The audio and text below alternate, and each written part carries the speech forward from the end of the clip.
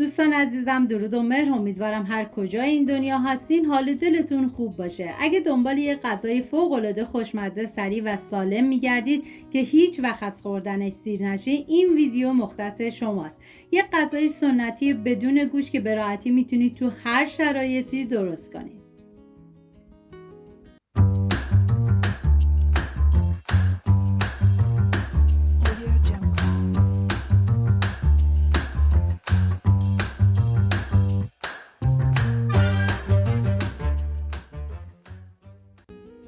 گرم ماش که معادل 1 لیوان میشه از چند ساعت قبل خیس کردم میریزم داخل قابلمه.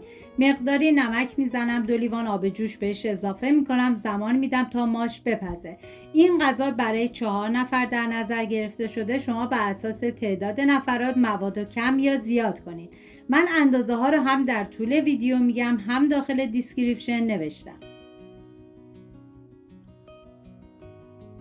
2 عدد پیاز رو به صورت اسلایسی ریز میکنم. همین اول ویدیو هم میگم دم بهبهانیای عزیزمون گرم، چون دورماش غذای سنتی بهبهانه که واقعا جز خوشمزه تریناست. بهتون پیشنهاد میکنم که حتما درستش کنید. داخل تابه مقداری کره گیاهی ریختم که شما از هر نوع روغنی که دوست داشتین میتونین استفاده کنید. بعد از داغ شدن پیاز ریز شده رو میریزم، هم میزنم و میذارم تا پیاز سرخ بشه. عزیزانی هم که وگان هستن میتونن از خوردن این غذای خوشمزه نهایت لذت رو ببرن.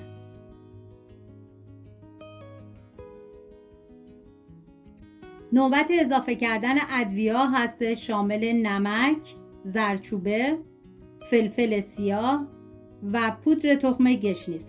ببینید پودر تخم گشنیز تو دستور تهیه غذای اصلی نبود، پس قابل حذفه. من غذاهای سنتی زیادی درست کردم که لینکشو داخل دیسکریپشن نوشتم. دوست داشتید ببینید، درست کنید و از خوردنش لذت ببرید. 3 حبه سیر رو با دنده ریز رنده میکنم. سعی کنید که پودر سیر رو جایگزین نکنید، چون سیر تازه عطر و طعم این غذا رو فوق العاده خوشمزه تر میکنه. سیر رنده شده رو به پیاز اضافه میکنم، هم میزنم و میذارم تا سیر یه تفت مختصری بخوره.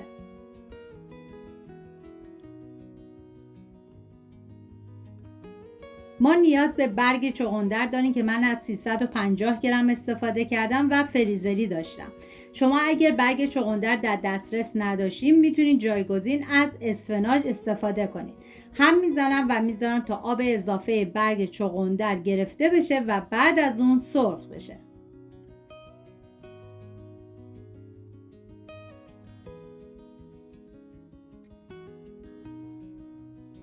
بعد از اینکه برگ چغندر سرخ شد، حالا ماش‌های پخته شده رو به بقیه مواد اضافه میکنم، هم میزنم. این غذا ترکیب خوشمزه‌ای از ماش و برگ چغندر هستش که نه تنها طعم فوق‌العاده‌ای داره، بلکه پر از خواص سالم و مفید.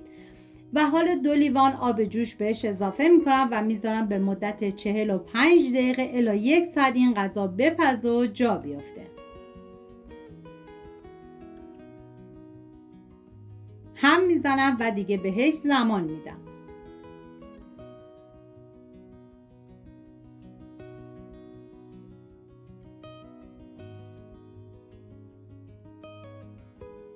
یک ربع آخر باید چاشنی اصلی این غذا رو بهش اضافه بکنین که من اول یه هم میزنم و بعد نصف استکان آبغوره رو بهش اضافه میکنم. اگر آبغوره نداشتی میتونین از آب نارنج هم استفاده بکنید.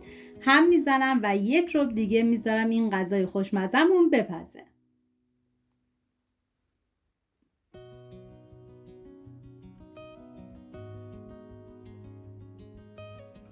امیدوارم این غذا رو دوست داشته باشین. اگه سوال یا تجربه از پخت این غذا داری تو کامنت ها بنویسین.